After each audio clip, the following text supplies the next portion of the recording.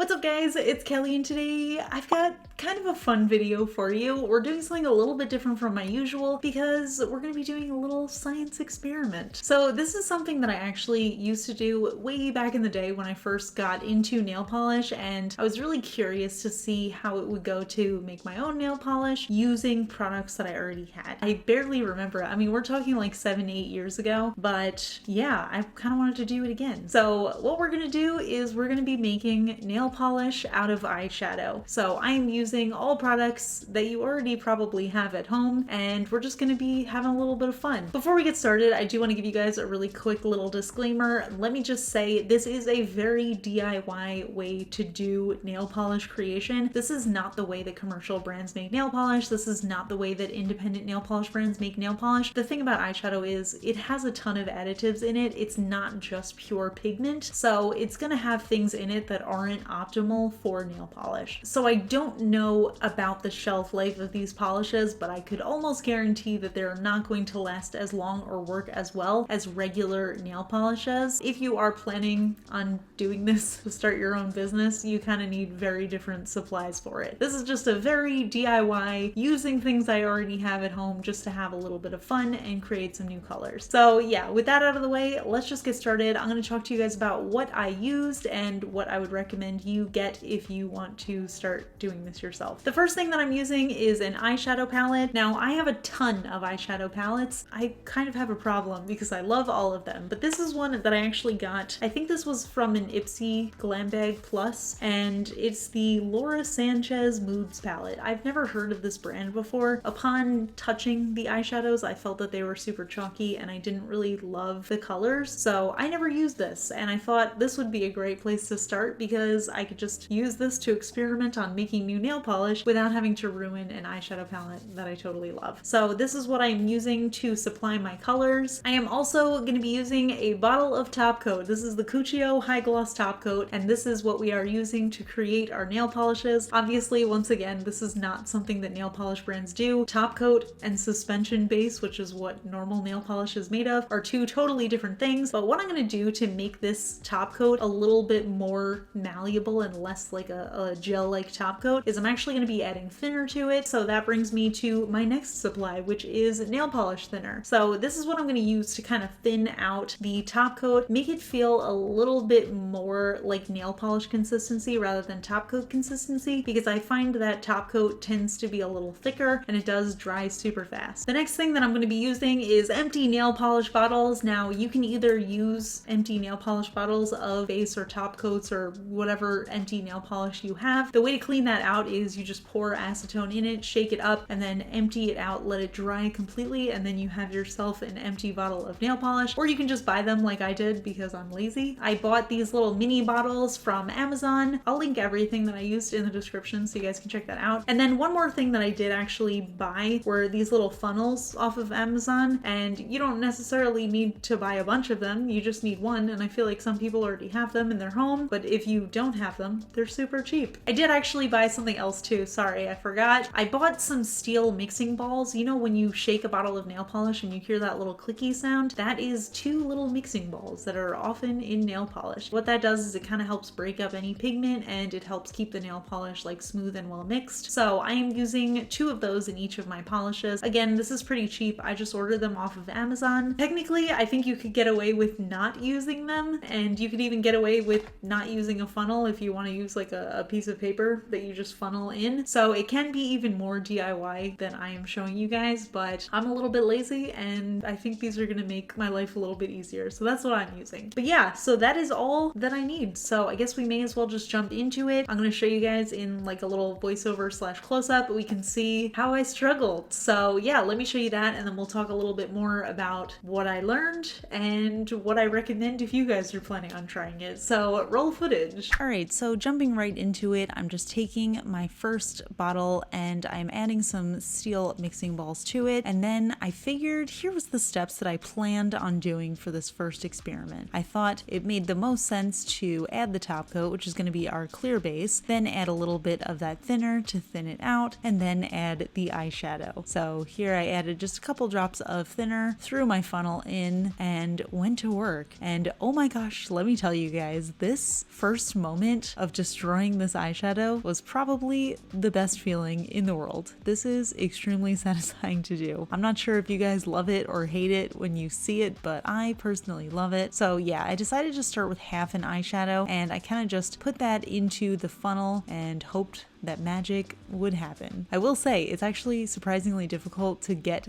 the crumbled eyeshadow out of the pan. Once it was in the funnel, I kind of figured it would just pour itself in. I'm not 100% sure how it would work, but it didn't, so I thought I would kind of try to shove it in with my little set of tweezers. That didn't work, so I moved on to my very well loved orange wood stick, which you may previously remember from my mixing nail polish video. And then that didn't work either, so then I took a water marbling tool, which is basically just like a super thin dotting tool, and I kept on trying to shove that pigment into the bottle. And that was where I realized my first mistake, which is because I poured that top coat in first, it actually got into the bottom of the funnel and it hardened, and therefore I just had a dry glob of nail polish in there, and I wasn't able to actually pour that pigment into the bottle because there was just a whole gross clump. So toss that one. Let's start over. Experiment number 2. I already added my little mixing balls and I threw my little funnel on top, and then I decided to break into the second half of this green eyeshadow because I really wanted a green eyeshadow. Of course I had to start with green because there's not enough green nail polish in the world. And I actually think this eyeshadow is pretty decent. It's like a shimmery, basic forest green color. So yeah, used my little water marbling / dotting tool. I also realized that the pigment wasn't just gonna slide itself into the bottle, so I had to do this little interesting technique where I kind of pushed it down using that water marbling tool, and eventually I was able to get all of the pigment in. Because I started with the dry, I didn't have to worry about the end of the funnel, that little tip, being messed up. So yeah, here it looks, I kind of filled it, I guess around halfway into the bottle. So then once I had that, I poured in some of my top coat, and here it is unshaken, and then I just shook it for about 3 minutes, and then here we have it. I was shocked to see that this color looks way more gorgeous in nail polish form than it does in eyeshadow form, and oh man, I would 100% wear this nail polish, and somehow I managed to trick it into getting the exact right consistency. The other thing I noticed was it did dry to a matte finish on my nails, so I basically created this crazy green matte nail polish that's super gorgeous. And yeah, I would say this experiment was a huge success. So experiment number 2, good. So for experiment number 3, I wanted to try adding multiple colors to see what would happen. I do have this really gorgeous purpley shimmer. This is actually the only eyeshadow in this palette that I thought was super pretty. So I'm starting off with that. Again, just wanted to start off with halfway, and then I thought I would kind of try to lighten it a little bit by using the highlight color that was in the side there. So I didn't really measure how much I was using there, and I ended up having a whole bunch of eyeshadow pigment in my little funnel, and I'll realize later that that is a terrible idea. So again, I'm doing this little technique that kind of feels a little bit like needle felting, where I'm pushing all of the pigment in and then I have it nice and set up in the bottle, and there was a lot more this time than the green, which should have been a red flag to me, but it wasn't. I just poured in some of that top coat, I mixed it up, I had this really gorgeous kind of fuchsia orchidy color, and I thought the color was super gorgeous, but I did have way too much pigment to top coat ratio here. So as you can see, it was super thick. It was really hard to move around because it was drying so quickly. And again, I didn't add my thinner this time. I wanted to see what it was like without thinner, and I felt like it was just so difficult to work with. Now, I don't think that this polish is ruined beyond repair. I think I can just add more top coat and add some thinner to it so that there's less pigment to liquid ratio, and also it'll be a thinner formula. But the bottle was full and I have a limited number of bottles to experiment with, so I figured that would be a trick for another day. So far we have 2 really fun shimmery ones. I thought I would try out next with one of the matte shades to create a cream eyeshadow. So I went in with this sort of reddish pink eyeshadow shade, and I immediately noticed that it was a super chalky formula. It was a lot less smooth and workable than the shimmery colors that I had previously tried. side, but I figured that might mean that there was less additives in it and it would make it a little bit easier to blend into an eyeshadow. We will find out eventually that I was kind of wrong about that. But yeah, moved on to my second lesson here, which is if you are using an eyeshadow palette and you're not using one of the colors around the edge, it's going to be very difficult to get that crumbled eyeshadow into your funnel. But that's okay. Some more needle felting later and I had some of that eyeshadow. But it looked like it wasn't enough. I was worried because I was a little bit shy to use too much after my purple experiment, but I wanted there to be enough, so I added a little bit more until I was at that halfway point like I was with the green, which I thought ended up being a perfect formula. So I added that in there and then I realized I made a little mess and I made it 10 times worse by spilling. I don't even know how this happened, but I will say I did film this right after doing an arm workout, so my arms were a little bit shaky, and that brings me to lesson number 3, which is don't do this type of experiment right after an arm workout because your arms are going to feel a little bit like jello and you're going to spill stuff. So anyway, after washing my hands and wiping off my table, I added a little bit more of that top coat to my bottle of dry pigment and I decided to start mixing. So it ended up giving me what felt like a relatively lumpy formula. This one took a lot more shaking than the rest that I had done so far, but somehow eventually it did end up smoothing out into what could be a passable nail polish. Now looking at it, you can see there's definitely some lumpy bits. I wasn't able to get as fine of a strain, I guess, but that's because some of the pigment that I was using was chunky and chalky and I probably should have broken it up a little bit more before I put it into the bottle. So I was actually really impressed with how it looked in 2 coats. I didn't think it was too lumpy or bumpy and I wanted to see how it would look when I disguised it with top coat, and I have to say after top coat it actually looked like a regular nail polish. Like I feel like unless you're looking really closely you would not realize that this is eyeshadow turned nail polish. So I was pretty impressed with myself at this point. It had an interesting look to it when you're super close, like almost like a heathered look to it, like a little spotty. It was overall pretty smooth. It did dry to that matte finish again, but with the glossy top coat, of course, it did turn glossy. So now feeling super confident with my abilities to create nail polish, I moved on to experiment number 5, where I used this really beautiful medium brown cream and I decided to go to town. Again, it wasn't the best formula for an eyeshadow. It was super chalky, but I wanted to make it a little bit finer to see if I could make less lumpiness on my nails. And once again, I spilled it. So at this point, I was getting pretty frustrated with myself for being so sloppy. So I ended up not being any neater. In fact, I was a little sloppier for some reason. And I decided to just use the entirety of that brown eyeshadow and I broke it up in the funnel as I was doing my little strange needle felting. And then I poured in some of that top coat. Now, at this point, you can see there's a lot more brown pigment in there than normal. So it was pretty thick. I did add some thinner to it and it ended up giving me actually the best texture in terms of how thin the nail polish was. So I do recommend using the thinner for it. I think that makes the best formula. But again, we did suffer from a little bit of the lumpiness and bumpiness. I will say, I think this color is actually super gorgeous on the nails and I think it's like a really fun, I don't know, camel color. And I also think the matte look works with this. So by experiment 6, I was really getting the hang of this. I wanted to focus on the 2 things that I thought made the nail polish perform the best, which is 1, the shimmer, and 2, using the thinner. So I went in with this really pretty duochromy pinky gold shade. Again, I experienced difficulty getting that into the funnel because it was one of those middle pan shades and it's kind of tricky, especially when you're filming it. So I pushed all of that through the funnel and then I added some of that top coat as well as some thinner just to get the right consistency. Here we've got it. It's kind of like a 1-to-1 ratio here on the pigment and the top coat, and I mixed it up and this color looked incredible in nail polish form. That golden shimmer and that duochromy vibe really came through so perfectly. The formula was actually perfect. Like if you told me that this was a nail polish that a brand came up with, I would think it's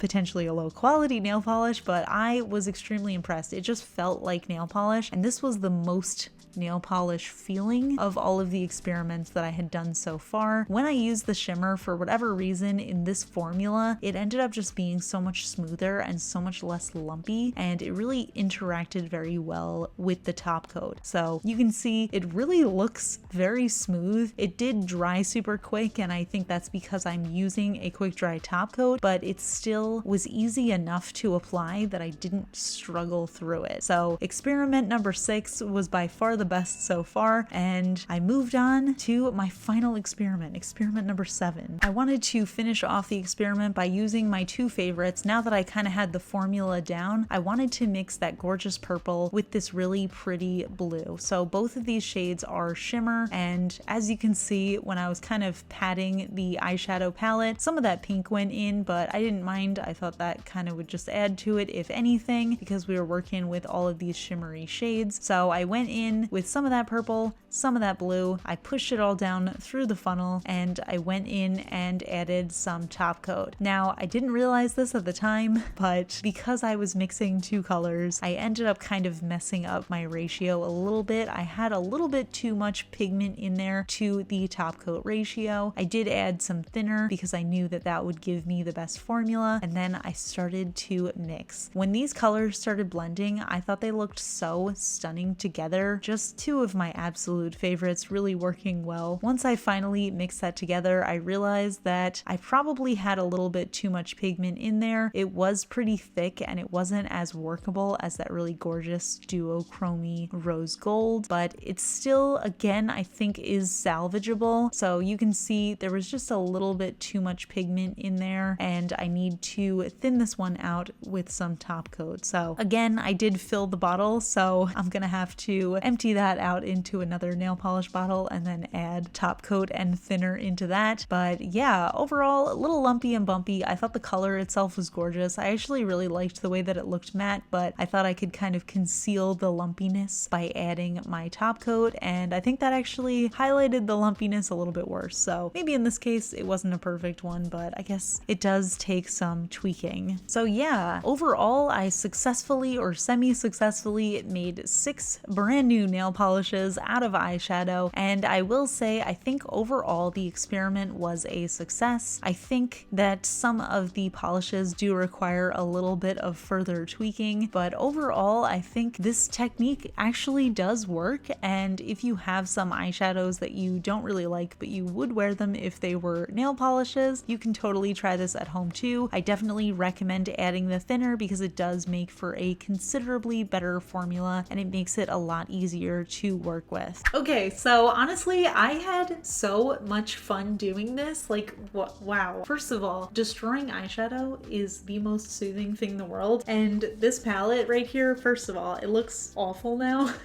Like, that's terrible. I'm kind of half tempted to just destroy the rest of it just because it's so much fun. I watch videos of like slime, people making slime out of makeup, and just watching them do those little like scrapes, I love it so much, and being able to do it myself, literally dream come true, gotta say, absolutely incredible. But yeah, overall I think the experiment was a success. I think there's a little bit of trial and error that goes into it, and I will say I think at least 3 of these I think are good. It went a lot better with the shimmers than it went with the creams or the mattes, but I will say I think it had a little bit to do with the fact that the eyeshadow palette that I picked was on the chalky side when it came to those matte eyeshadows. I think if I did use a higher quality eyeshadow it might be better, but the way that I thought about it is if I'm using a high quality creamy eyeshadow, I feel like that must mean there's a lot of additives in it, so I'm not really sure. I feel like it does require potentially further experimentation, so maybe I should just buy an eyeshadow palette just to do more of these, and that could be super fun if you guys want to see a part 2. I think the sweet spot for me ended up being doing a ratio of 1:1 with eyeshadow and then top coat and then just a quick squeeze of nail polish thinner in there. I think that's what gave me the best best formula. I spent a lot of time worrying that they were going to be too thin and not have enough of the eyeshadow in them, and I ended up doing way too much for a lot of these. And I think that's actually an easy fix as well. I think I'm just going to have to pour these out into new bottles and then add more top coat and more thinner just to thin that out a little bit. But I don't think these are unsalvageable. I think I can still use them. I just need to get more empty nail polish bottles first, and then I can fix these. One interesting thing also was that all of the eyeshadows turned nail polish are matte, which is actually incredibly awesome. I was not expecting that at all. I don't remember it from when I did this like 8 years ago, but I do think that's actually really awesome. I ended up top coating them all just to see what they looked like, and also I don't think these will last a very long time at all without top coat, but I do think that that's a pretty funky little feature. But yeah, overall, honestly, I recommend doing it. I think it was pretty inexpensive and I think it was fun. I'll keep you guys updated on how long these end up lasting for me, if they end up getting funky or anything. And if you guys want a part 2, I can use any, well, I don't want to use any of the eyeshadow palettes that I already love, but I can buy a new one and then we can try it again and maybe do more experiments. I feel like this could actually be a lot of fun to do in a live video. So if you guys are interested in that, just let me know. But yeah, I want to hear what you guys think. Have you ever tried this? I feel like a lot of people have tried it because why not? DIY nail polish is super fun. So let me know in the comments. We can chat about it. And also let me know, would you ever try this? And if so, what eyeshadow palette would you use? Also let me know in the comments. If you enjoyed this little experimenting video, please give it a thumbs up. It lets me know I'm doing a good job, and it also lets me know that you potentially want to see more videos like this. If you're not already subscribed to my channel, please consider subscribing. I put out new videos every Tuesday, Friday, and Sunday. And that's it. So I'll see you guys in the next video. Bye. All right, today's fun fact question comes from Patreon supporter Autumn, and Autumn wants to know, have you ever eaten something so bad that even years later you remember how terrible it was? Yes, absolutely. So, mini fun fact, I used to be a server. Actually, I was a server for several years. I've had a lot of like retail and food service jobs before, but yeah, I remember I was a server at an Italian restaurant. I always liked to go in the kitchen and kind of bother the cooks until they gave me something to eat. My boss, who was like the head chef, was trying to convince me to eat an oyster because I always said that they looked like boogers, because I feel like they do look like boogers. And this was also, I was like in college at this time. So yeah, I ended up, he made me eat one. And it was so gross. It really just tastes like a booger. So I haven't eaten an oyster or a mussel or anything that like lives in a shell. I will say I love seafood. We eat seafood all the time. I love sushi. I love fish. I love crab. Like I love so much seafood. I like clam strips. I like calamari. I like all sorts of things. But like the raw oyster or like mussel that's like in the shell, it's just the texture for me, you know? It's like not, it doesn't work for me. It looks like a booger. It feels like a booger going down your throat, and I just couldn't handle it. That was the only time I've ever had an oyster in my life, and hopefully it will continue to be the only time, because I would like to not ever eat that again. So yeah, oysters. I'll talk to you guys later. Bye.